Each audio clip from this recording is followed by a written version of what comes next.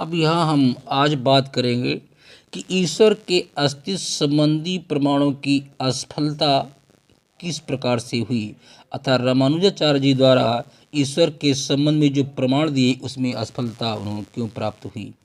अर्थात रामानुज के मतानुसार ईश्वर के अस्तित्व का प्रत्यक्ष एवं अनुमान के द्वारा नहीं प्रमाणित किया जा सकता। प्रत्यक्ष उस ज्ञान को कहा जाता है जिसमें इंद्रियों के माध्यम से बाह्य वस्तुओं का संपर्क द्वारा जो ज्ञान संभव होता है। ईश्वर वस्तु जगत का कोई विषय नहीं है, इसलिए ईश्वर का ज्ञान प्रत्यक्ष से संभव नहीं है।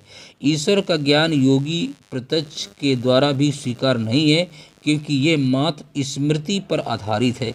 अनेक साधु संतों ने अपने संबंध में कहा है कि उन्हें ईश्वर का ज्ञान असाधारण प्रत्यक्ष द्वारा हुआ है।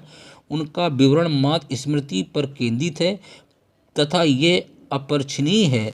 ऐसे ज्ञान को सत्य मानना भ्रामक है। ईश्वर का ज्ञान तर्क के माध्यम से भी संभव नहीं है।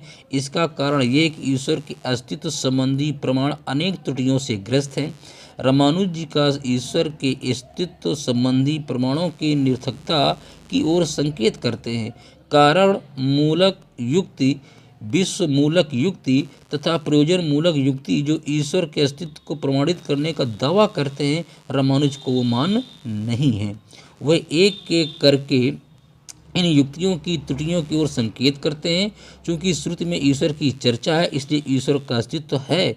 रामानुज धर्मशास्त्रों के आधार पर ईश्वर की सत्ता को प्रमाणित करने का प्रयास करते हैं। यहाँ पर रामानुज का विचार शंकराचार्य के विचार से मिलता है। शंकराचार्य ने भी ईश्वर के अस्तित्व संबंधी प्रमाणों का खंडन कर ईश्वर के अस्तित्व पर आधार श्रुतियों को ठहराया है। शंकराचार्य ने भी ईश्वर के अस्तित्व संबंधी प्रमाणों का खंडन कर ईश्वर के अस्तित्व का आधार श्रुतियों को ठहराया है। रामानुज का ईश्वर संबंधी ये दृष्टिकोण कांट के दृष्टिकोण से साम्य रखता है। कांट ने भी ईश्वर के अस्तित्व संबंधी प्रमाणों की आलोचना करते हुए ईश्वर के प्रमाण का आधार आस्था को माना है।